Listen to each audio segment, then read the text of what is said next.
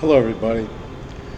Very sorry that they can't be there. This epic 50th year reunion with you guys. Have some great memories from there, and I send my sincere regrets.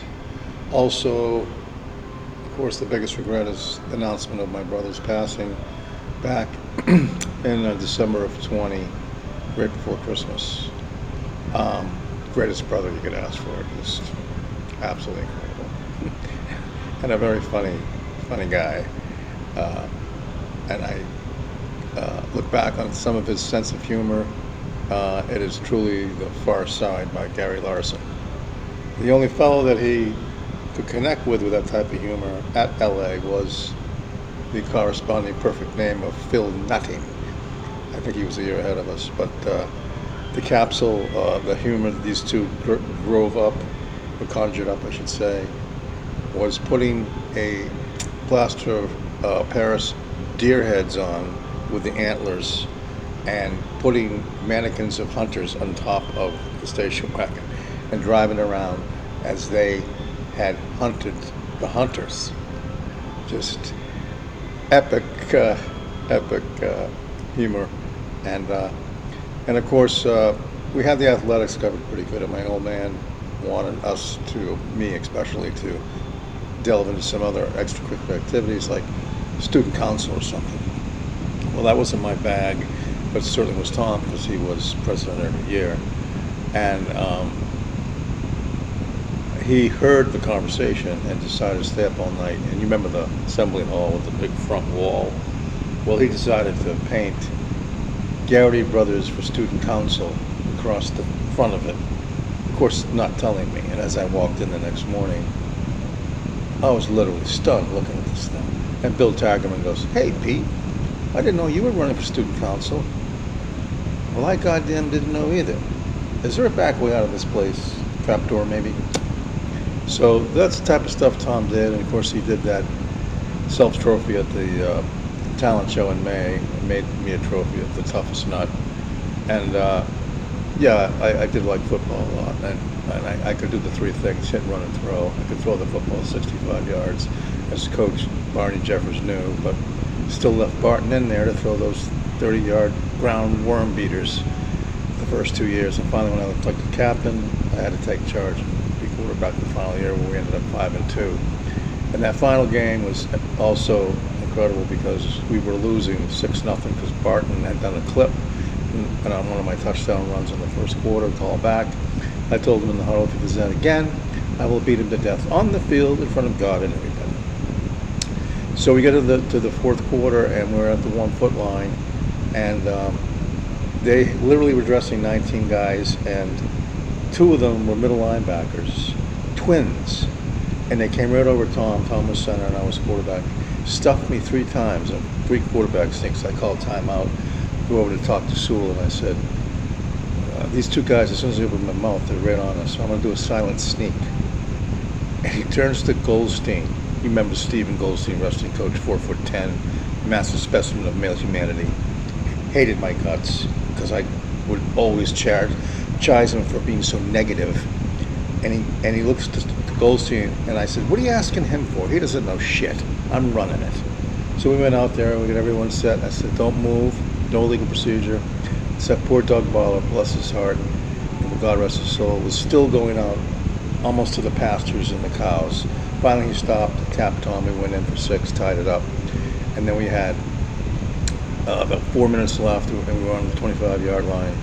And I decided we'd throw this play we had done all year called Transcontinental.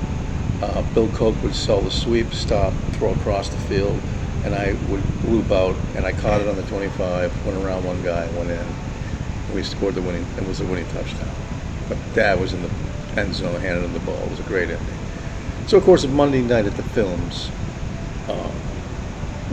the film comes on, we go over that play, and Goldstein had to go, "And that could have been intercepted and run back."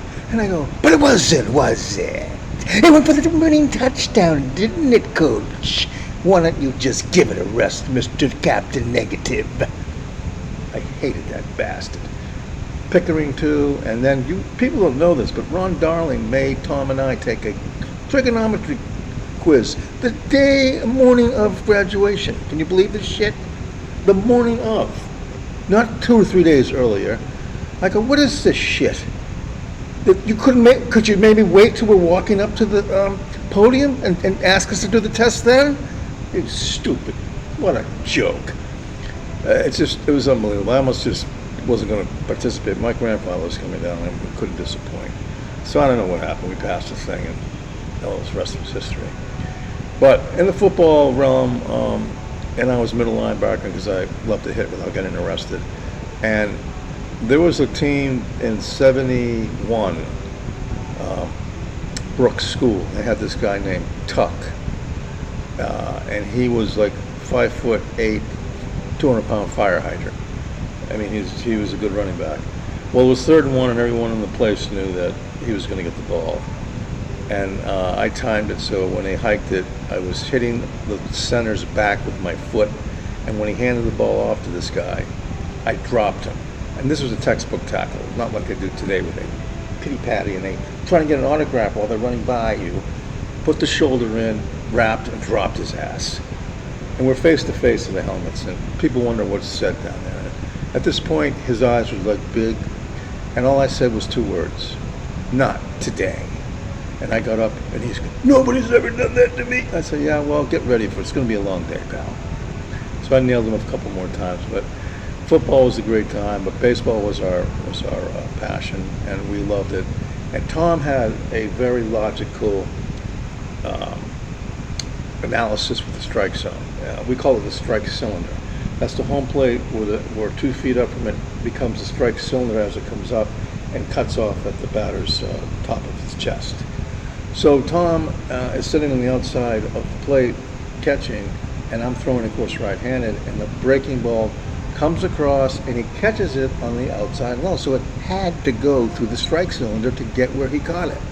But the umps would call it where he caught it, not where it went through the strike zone. So Tom would argue with these people. And they were $50 a game morons and couldn't understand.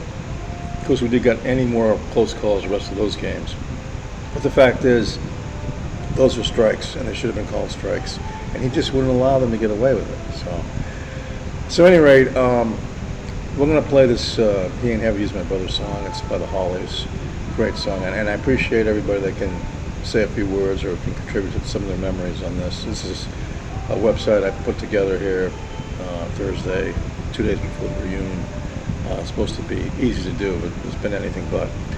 So folks, I fully apologize that I'm not there with all of you, and I do remember some super great times in Lawrence, and we'll never forget. And I wish you folks Godspeed, and hopefully I'll be able to get up there. My mother is the main reason I can't make the trip. She's 92 and is in very precarious health, and it's just, I wouldn't be able to enjoy myself. So God bless all of you, and thanks for taking the time to visit the site. Go LA. Take care.